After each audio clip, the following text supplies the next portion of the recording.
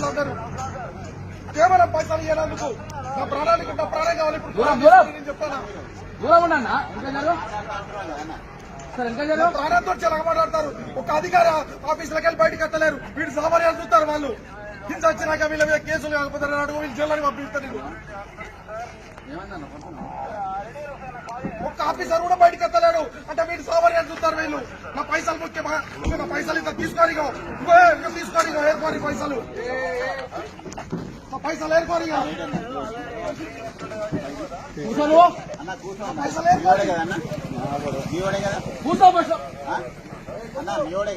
ఎన్ని లక్షలు కావాలో లక్షలు తీసుకొని ఏర్పాటు పైసలు కాదన్నా మీరు కూర్చో మీరు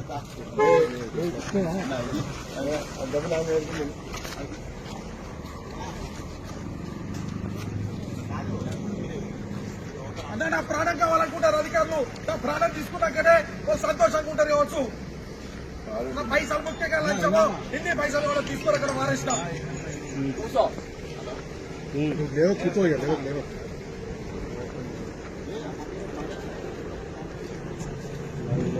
ఈ బండిని రిలీజ్ చేసుకున్నాను. పైసలు తయారు చేసుకున్నా తీసుకొని వచ్చేలా ఇంకో బండి వ్యక్తం చేసి నైట్ 12 గంటలకు నా 3 బళ్ళు సీజ్ చేసాడు. 3 అక్కడ బసాదార్ పోలీస్ స్టేషన్ ఉన్నది. ఇంకో కాడు ఉన్నది. నా ఎంబడే పడ్డారు వీళ్ళు. ఏ ఒక్క లారీ ఓనర్ మీద కేసు అవుతుంది. నా మీద ఎందుకు కేసు అవుతుంది?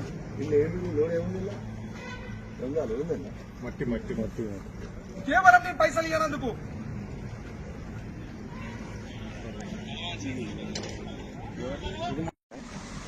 ఇది 6 నెలలు అవుతుంది.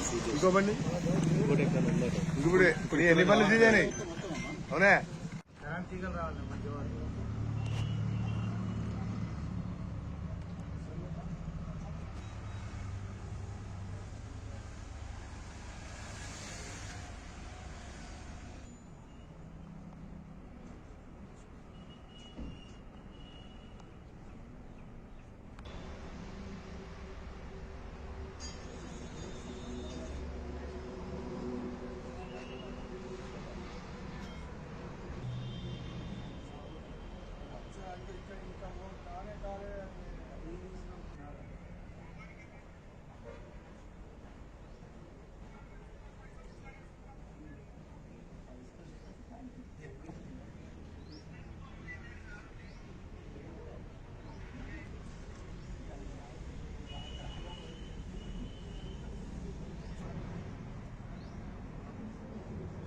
దేని గురించి ఎక్కినావా?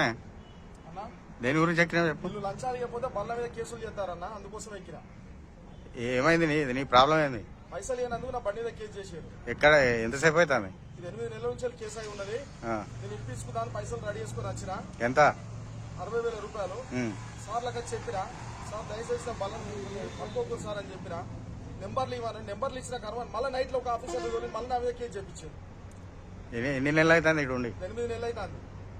అంటే నేను వచ్చి నేను సాయంత్రం వచ్చి మాట్లాడిపోయినా మళ్ళీ నైట్ ఇంకో బండి మీద కేసు చెప్పించారు. దీన్ని ఇడిపించుకున్నా పైసలు జమ చేసుకున్నా ఇంకో బండి మీద మళ్ళీ కేసు చెప్పించారు. నీ పేరు ఏం పేరు? నా పేరు అనిల్ గౌడ్. ఎక్కడ? వస్తున్నా. ఇప్పుడు ఎవరు మిమ్మల్ని అడిగింది? ఇక్కడ ఉన్న అధికారులు అన్న. ఏం లేదు సార్, దీక్ష చేస్తారా సార్? పైసలు అడిగితే ఇయ్యనందుకు నా బల్ల మీద కేసులు చేస్తారు సార్. దయచేసి ఈ వేధింపులకు తట్టుకోలేకపోతానా నేను. ఈ అధికారుల వేధింపులకు చేసుకోవడానికి రెడీ అయినా సహాయం జరుగుతుంది. ఈ అధికారుల నుంచి విముక్తంగా కలుగుతుంది. అతడు మాట్లాడు ఎందుకు అంది. నిన్న వచ్చి మాట్లాడినా సార్ తోటి.